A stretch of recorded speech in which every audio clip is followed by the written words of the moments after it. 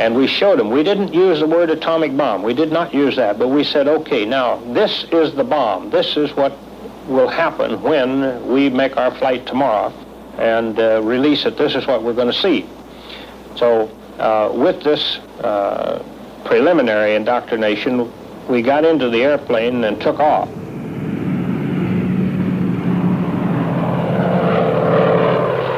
Once we were airborne and in the air, I then left the pilot's seat of the airplane and I crawled back into the back where the enlisted men were.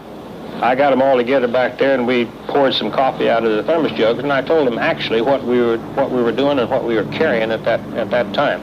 And the weather being clear at our primary, which was Hiroshima, there was no decision left. I mean, we were on the way to the primary.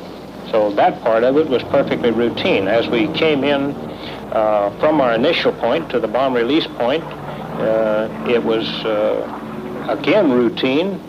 We were bothered not in the least by any kind of fighter opposition, no flak. We didn't see anything to cause us any concern, so that we were able to concentrate strictly on the bombing problem. The bomb was released.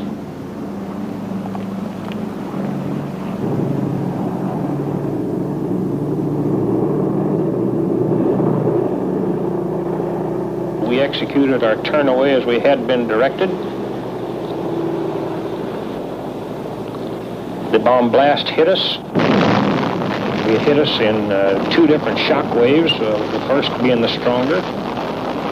This, as I say, was a perfectly unexciting and routine thing up until the point of taking a look at the damage that had been done. And then it was a little bit hard to realize. It was kind of inconceivable as to what we were looking at there.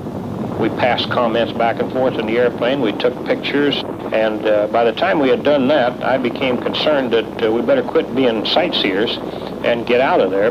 And we were gone and off of the coast in a matter of about 20 minutes from the time that the bomb was released.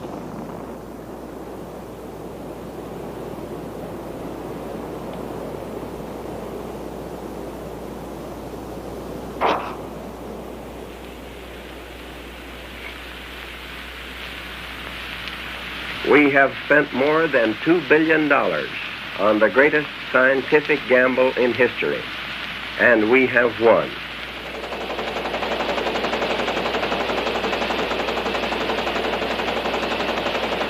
It is an awful responsibility which has come to us. We thank God that it has come to us instead of to our enemies, and we pray that He may guide us to use it in His ways and for His purposes.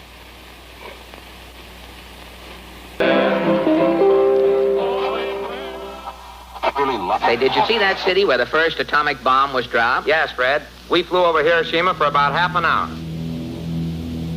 It was a shambles, huh? A shambles? It looked like Ebbets Field after a doubleheader with the Giants.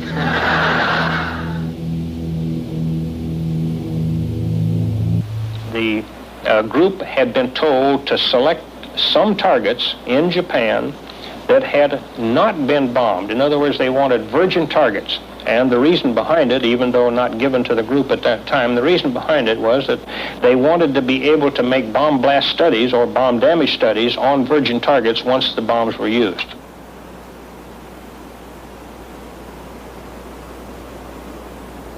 They were definitely military targets. There was no question about that. And they offered such a, well, you could almost say a classroom experiment as far as being able to determine later the bomb damage. I have been accused of being insane, being a drunkard, being everything that you can imagine a derelict to be as a result of a guilty conscience for doing this. And as I say, no one's ever come to my defense in that regard. I look at it this way, that my part in this thing may well have been something that later or now that the U.S. government might be looking at somewhat with a guilt complex.